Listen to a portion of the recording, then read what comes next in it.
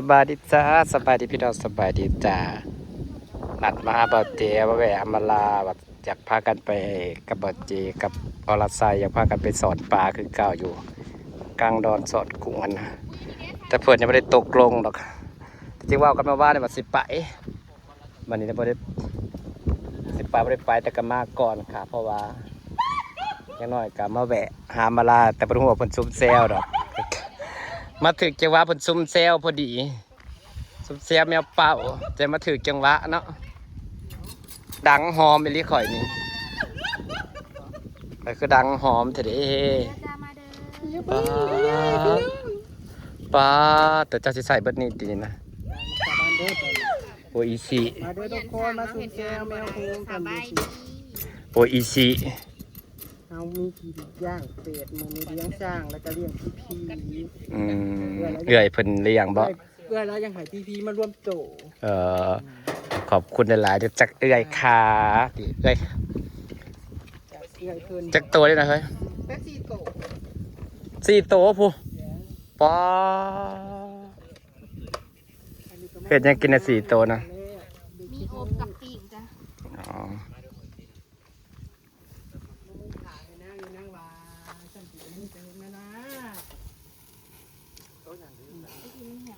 น้ำละบกเนาะมันของแนวน้ำปูผ่าปูตะขอบไม่ได้ปูเพื่อไปลดบกไว้ที่มันประวัติอีกอย่างทั้งนี้มันสูงกว่าทั้งพุ่นมันต่ำฮะผ่าจริงๆในหลักก็เป็นจริงมันต้องปูเบิร์ดปูคุ้มเบิร์ดในการไปมันบกฉันเอาสิปูเฮียเนาะปูแต่ขอบเพื่อให้มันบกกับให้มันแบบให้น้ำมันใสการปูตะขอบเป็นปูดีกว่าแต่ว่ากระดีคือการปูให้มันเจือนแต่สำหรับคลองอมราเนี่ยปีหนาก็บ่ต้องปูแล้วอ่ะคลองอมรามันเป็นคลองสลบอยู่แล้วมันบ่เจือนดอกเป็นคลองแบบสลบเป็นสินะมันสิบ่เจือนคันพาเพ่ก็บ่ต้องปูต่อแล้วแต่ตอนเราเขาเจอเขาปูต้องปูพื้นน้ำเขาต้องปูคุ้มหมดเลยนะเฮ้ยแต่มันก็บ่ไหวค่าผ่ามันแพงเลยปูตะขอบก่อนยันขอบมันเจือนไอ้ปลาเล่นมันก็เริ่มขุ่นนะซุ่มเฮาลืมใส่บักเพชรได้ปีนี่นะแม่แต่ว่าเนี่ยก็ทั้งล่างเนี่ยก็สิเป็นเงื่อนเป็นยังเป็นกอไผ่เบิดแล้วมันก็เต็มแล้วไม่ห้องเฮาเกิดรังใหม่นะมันถี่บริกรของบันไดเนาะเฮ้ยนอกจากสิขอซื้อเขาเพิ่มกับสิขายให้อยู่บ่ล่ะขอซื้อเพิ่มไปจาก10 เมตรนี่ก็โอเคเลยได้เปล่าวันละก็สิแพงหลายเข้ามาแทกอยู่ใบละหมื่นนี่ก็ว่าแล้วมันเป็นขอบท่อมาเลยแบบเขาไปเห็ดใหม่แล้วเขาคิดวันนี้นะตอนละแล้วเขาคิดนะน้อยร้ายก็สร้างตอนละเขาก็จะบ่พาเห็ดซื้อบัดนี้เขามาเห็ดจังเห็ดเราเห็ดส่วนโตคือไอ้เน่าเราดึงมาเห็ดเราเห็ดส่วนโตเราพาแล้วรถมันกลับได้นั่นแล้ว10,000แล้วแหละ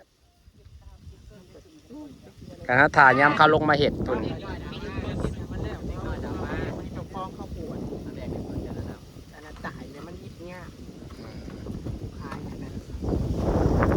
โอ้ยสิโผดโพภายในมันมีอยู่มีป่ะเอาไปกา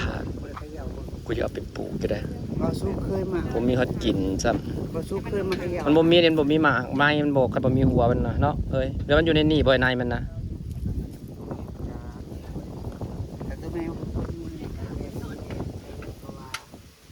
ต้นมันมีเม็ดมันสิเป็นหัวจังมีเนาะในมันเนาะ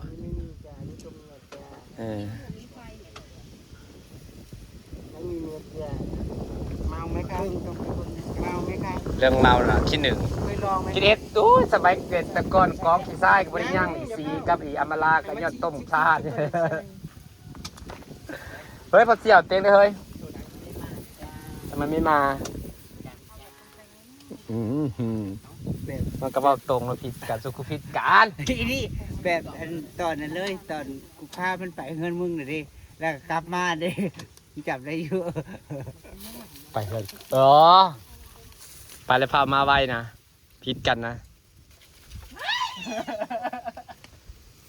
โอ้ยหาต้มมึงไว้4 โตกูความรักก็ต้องมีพิษกันบ้างแหละมันจะมีสีสันเลยแผนกปิ้ง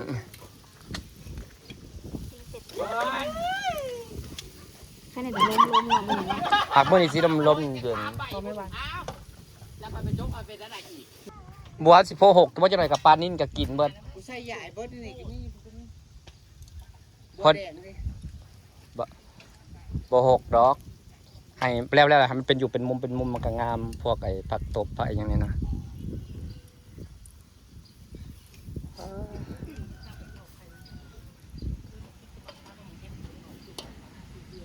เฮ้ยมันบ่อนอันนั้นยากเคย10-16 นาทีต่อ20ป่าเลยเหรอ 15เข้าได้อยู่15 18ได้อยู่แต่บ่ค่อยอันนั้นถ้าให้เฮาแม่ คักวะ ปกติของเฮา 15-53พอดีโหลดยาก บ่ค่อยถ่ายยาวเมียนของเฮาน่ะยากเฮง โหลดยากแล้วจมโหลดยากกำมะลานะ40 นาที กับหักอันส่วนหลายพวก Android เข้าโหลดง่ายบ่ iOS ได้ หักโหลดนะครับก็จะให้จอดับก็จอดับแหละมึงเอ้ย แม่นของเฮาเป็นเพื่อน อย่าให้จอดับเป็ดจ้ะพี่น้องเป็ดตั้ง4 ตัวเราสิกินโลทะเลเป็ดเด็ดๆเฮ้ยคอยกันมาถึงจังหวะอีกเนาะ ถ้าเฮาซื้อเขาเนี่ยอยากแพงอยู่อันเดียวขายนะโลละ80 90 บาทแต่ถ้าเฮาซื้อเขาแล้วเขาขายเท่าไหร่ บะอะไรอยากไปสอนเลยนะนัดกันว่าแบบสิไป ข่อยอยากไปบ่ นัดเท่าอรไซเด้ว่าสิไปสอนในมื้อนี้นะแต่เจยังไม่ได้ว่าใดๆได้บอกกันมาว่าแบบว่าไปมาว่าเนี่ยบอกว่าสิไปมื้อนี้ว่าสิไปไว้เนี่ยจักบ่าย3-4 โมงแล้วไปนั่งเอาวิวก่อนจังแบบสอนนะเฮ้ยไปลากปวนนะสอนป่าไปรอบนั้นนะก็อยากไปอีก ในปีนี้พ่อได้ไปยักเทื่อ มันม่วนในสะออนปลามันลายมันม่วนมื้อนี้สิเย็นๆเนาะไผว่าบ่ ใช่ เมื่อวานเนาะฮอดเมื่อวานนี่ก็มาจ้าก็พูดกันเป็นตะม่วนเนาะ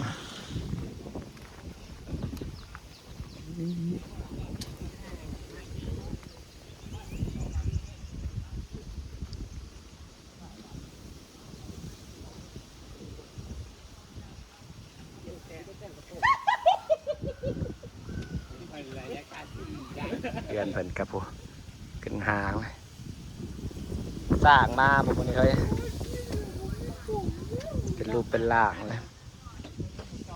มาแต่ละเมื่อก็เปลี่ยนแปลงไปเรื่อยๆจ้า